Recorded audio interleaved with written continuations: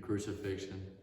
Jesus had withstood being marched about in chains, hours of angry questioning, of beating from the Jewish officials, and being brutally whipped by Pilate's guards. The crown of thorns was still pressed into his head, sending blood trickling down his pain-filled face. 2 Roman soldiers lifted a huge, solid, wooden cross over Jesus' shoulders, so heavy that he nearly collapsed from the weight of it. Then Jesus staggered onward through the streets of Jerusalem and toward the hill outside the city where he and 2 other criminals were to be executed. Thousands of people lined the way, watching the procession. Jesus willed himself forward, heavy step after heavy step, but eventually he crashed into the dust, utterly exhausted. The angry guards dragged a strong man from the crowd called Simon of Cyrene and ordered him to carry the cross instead.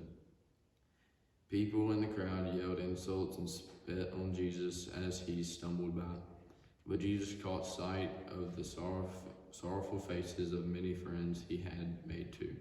Many of the women were weeping. "Don't cry for me," Jesus said, "but for yourselves, your children, and for the destruction that is to come." Eventually, they reached the place for execution. It was called Golgotha, meaning place of the skull. A soldier made Jesus lie down on the cross, and long nails were hammered into his hands and feet. "Father, forgive them, for they know not what they do," Jesus moaned. A notice was fixed above his head, which said, "Jesus of Nazareth, King of the Jews," in 3 languages. It shouldn't say that. Some Jewish officials objected. It should say, "This man said he was the King of the Jews." But the Roman governor Pilate boomed, "I ordered it to be written just like that, and that is the way it will stay." The Jewish officials mocked as Jesus' cross was hoisted up. "You said you're the Son of God, so save yourself." As the 2 criminals were raised on crosses either side of Jesus, one sneered, "Yes, save yourself, but save us too."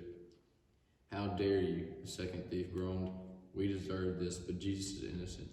"Lord, remember me when you reach your kingdom." "I promise you," whispered Jesus, "today you will be with me in paradise." Even though it was midday, darkness suddenly fell over the land. Close by, at the foot of the cross, was Jesus' heartbroken mother and his close friends, including John, Mary Magdalene, and Salome. "Mother, take care of John as if he were your own son," Jesus murmured.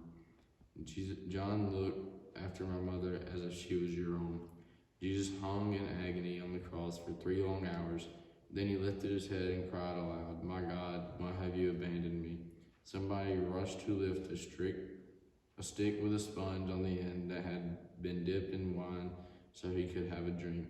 Jesus cried out again, "Father, I give up my spirit into your hands. It is finished." And his head drooped. At that very moment, the earth rumbled and shook, and rocks split open.